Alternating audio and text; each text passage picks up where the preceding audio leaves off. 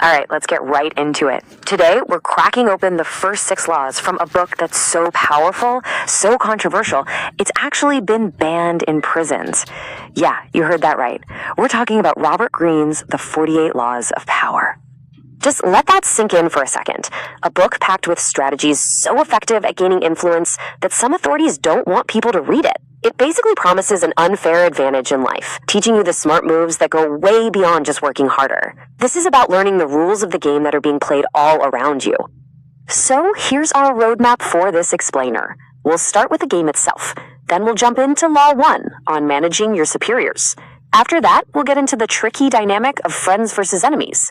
Then it's all about the power of keeping secrets and the power of saying less. And finally, we'll wrap up with 2 laws that are all about one thing. Perception is reality. Let's do this. Okay, so here's the hard truth, the absolute core of this whole thing. If you go through life not understanding how power works, you're not even in the game. You're either a piece being moved around by someone else, or you're just ignored. You exist, but you have no real say.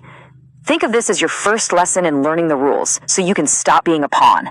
The very first law is a classic, and it's something a lot of talented people get wrong. It's all about making the people above you feel comfortable and secure. Your goal should be to make your bosses seem even more brilliant than they are. If you show off your own talents too much, you don't inspire admiration. You inspire fear and insecurity, and that's dangerous for you. Let's look at Chanakya, maybe one of the greatest strategists in all of history. He was the real brains, the true power behind the massive Mauryan Empire. But he was smart enough to always let Chandragupta be the public face, the leader who got all the credit. Chanakya knew that his own power was safest when he operated from the shadows. And believe me, this law is alive and well today.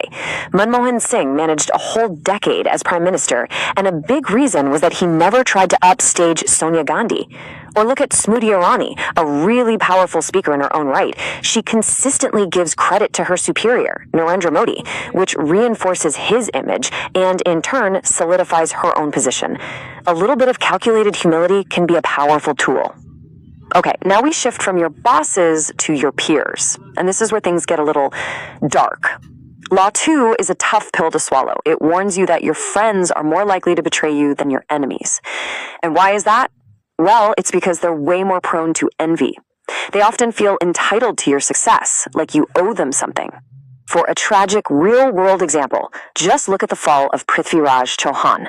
His own friend, Raja Jaichand, got so jealous of his power and success that he literally opened the gates of Delhi to an invading army. Chauhan's entire empire came crashing down, all because he put too much faith in a friend whose loyalty had been eaten away by envy. But here's the other side of that coin. The law isn't just about being paranoid. It's about being strategic. It's about learning how to use your enemies. For instance, every time India faced an attack from Pakistan, Narendra Modi's government masterfully used it to craft this powerful narrative of a strong, new India that hits back hard. They turned an enemy's hostile act into a political win. So what's the final chilling takeaway here? It's this. An enemy is predictable, but a friend who knows your weaknesses, your fears, your deepest secrets, that's a whole different level of danger. So be careful. All right, let's jump to Law 3, and this one is all about the incredible advantage of secrecy. You see, if you keep people guessing, if you keep them in the dark about your real plans, they can't prepare, they can't counter you. You're the one holding all the cards. I mean, this quote just says it all, right? The second your rivals figure out what you're up to, they start planning against you. They start creating obstacles. But if nobody knows your true goal, you can move freely. You can strike when the moment is perfect. The launch of Jio is probably the best modern example of this law in action. For years, Mukesh Ambani was secretly buying up smaller companies, laying thousands of kilometers of fiber optic cable, and hiring a massive team. And what did he tell everyone he was doing? Oh, just building a simple little broadband service. Then, bam, he suddenly launches Jio with free calls and data. The entire industry, Airtel, Vodafone, Idea, they were completely blindsided. Their stock prices tanked because they never saw his real intentions coming. Next on the list, Law 4. Always say less than necessary. Here's the thing. The more you talk, the more ordinary you seem. You risk saying something foolish. But powerful people, they impress and even intimidate by being concise. Their silence makes you wonder what they're thinking. If you want a perfect example of what not to do, look no further.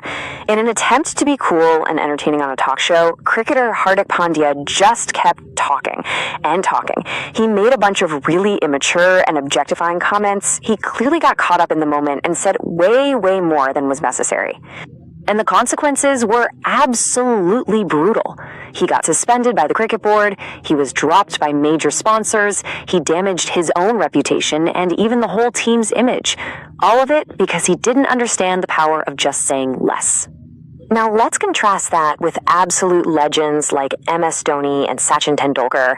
These guys are masters of silence. They almost never give long, rambling interviews. So because of that, when they do decide to speak, everybody hangs on their every word. Their silence makes them seem wiser, more in control, and ultimately more powerful. Their words have value because they are rare. Okay, let's tackle our last two laws for today, and they really go hand in hand. They're both about managing your public image. Law 5 is about playing defense, guarding what people think of you. And Law 6 is about playing offense, making sure they're thinking of you, period.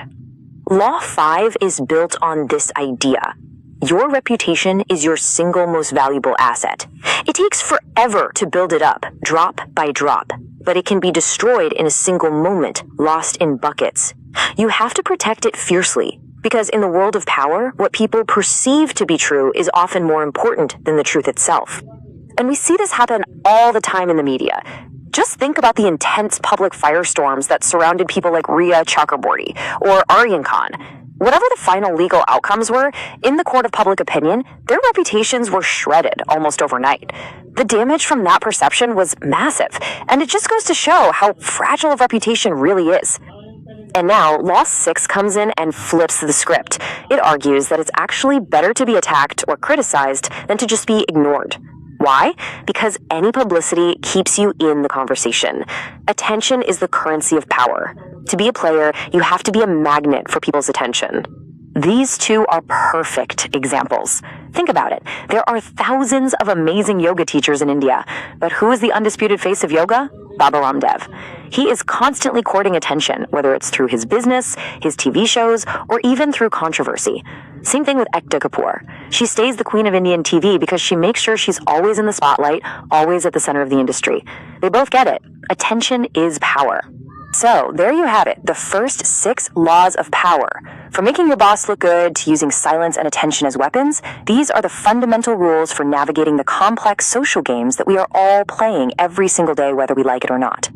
And that brings us right back to the big question, the one that really matters. Now that you know some of the rules, what are you going to be? Are you going to be a player? Someone who understands these dynamics and uses them? Or are you going to be a pawn, moved around the board by forces you don't even see? The choice is up to you.